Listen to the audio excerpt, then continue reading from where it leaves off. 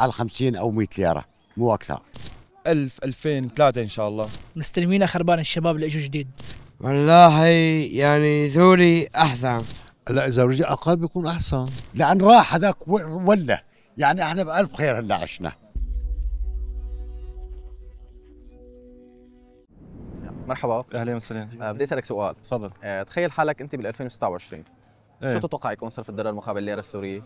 والله هي البلد تعتمد على اقتصاد، طبعا سوريا خيراتها كويسه يعني، مثلا النفط، الزراعه، ثرواتها كثير الحمد لله، بس احنا اكثر تجارنا هنا تعتمد على الاستقلال، يعني حاشا الناس الصادقين يعني. اكيد راح يصير الدولار 26 27 26 27 شو؟ ليره ولا ليره ايه. ليش؟ ان شاء الله باقتصاد وبيدعم بالبلد. يعني يجوز أنا متوقع على 50 أو 100 ليرة مو أكثر، هيك توقعي. ليش؟ لأن راح هذاك ولا يعني احنا بألف خير هلا عشنا، بألف نعمة وبألف الحمد لله عايشين. هلا 10 أيام والله عنا سنين، هلا 40 سنة هو وأبوه الله يلعنه وهو يلعن أبوه، عشنا فوق الريح بال 10 أيام، يعني أحسن من 40 سنة. والله يعني سوري أحسن. سوري احسن. أي. ايش تتوقع يكون السعر السوري مقابل الدولار؟ يعني سوري الدولار يعني تلاقوا يعني يعني 56 50 100 1000 2000 2000 2000. اي. طيب ليش؟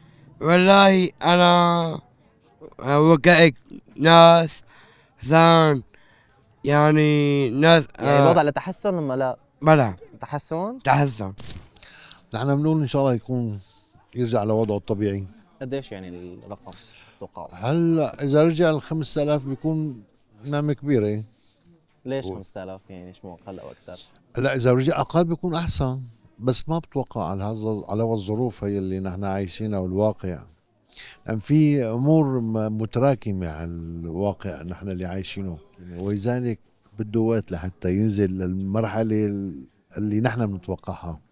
يعني هلا هو عم ينزل، بس انت تتوقعوا يستقر على الخمسه تقريبا 4 هيك شيء؟ إذا استقر على الخمسة منيح، استقر على الأربعة منيح، أحسن وأحسنين. بس المشكلة في عنا هون شلون بدي لك، في نوع من بعض أنواع التجار ما بيخافوا والله، يعني شيء طلع ما بيحبوا ينزل. يعني 4000 5000 بهالحدود. مثل ما قلت لك هذا البلد هي كانت خربانه، مستلمينها خربان الشباب اللي اجوا جديد، فبدها اقل شيء 3 سنين لترجع تتصلح، لترجع مثل ايام زمان، يرجع الخير لهالبلد.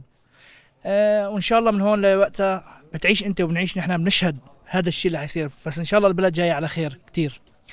من هون لسنه يعني في احتمال 5، في احتمال 4، وفي احتمال اقل، بس ان شاء الله مو اكثر. هو ماني شايف، بتوقع انه نزول ان شاء الله. ليش؟ ان شاء الله ان شاء الله هيك، ما بعرف انا توقعات هيك، ان شاء الله البلد غير تمر مرحله مليحه ان شاء الله هيك، يعني بين الامور اللي قدام ان شاء الله كلها خير. والله انا توقعاتي ان شاء الله انه بسنه 2026 راح يكون ان شاء الله الموضوع احسن يعني، وان شاء الله بتحلحل الامور. توقعاتي بحدود الاربعه وقابل الانخفاض ان شاء الله. ان شاء الله ان شاء الله بدي ارجع 43 ليره. ليش؟ لانه انا شايف بوادر خير من الحكومه الجديده يعني، بالنسبه ما في بنى تحتيه للدوله ابدا كان يعني، فالشغل اللي عم يعملوه مبدئيا كثير ممتاز. فهي فتخيل انت بس يصير في عنا مثلا بنى تحتيه شغاله وظابطه، فتخيل الشغل اللي حيشتغلوه بعدين يعني. بتوقع والله انا يوصل تقريبا يعني لل 1000 2000 3 ان شاء الله. ليش؟ وترجع يعني سوريا مثل الاول، مثل ما كنا عايشين يعني. ليش تتوقع انه 1000 او 2 او 3؟ يعني الحمد لله بعد التحريرات وبعد الانتصارات وبعد الشيء اللي صار بالبلد كثير حلو يعني، فرحنا يعني بنتقبل انه يصير هيك، ينزل الدولار نرجع مثل الاول.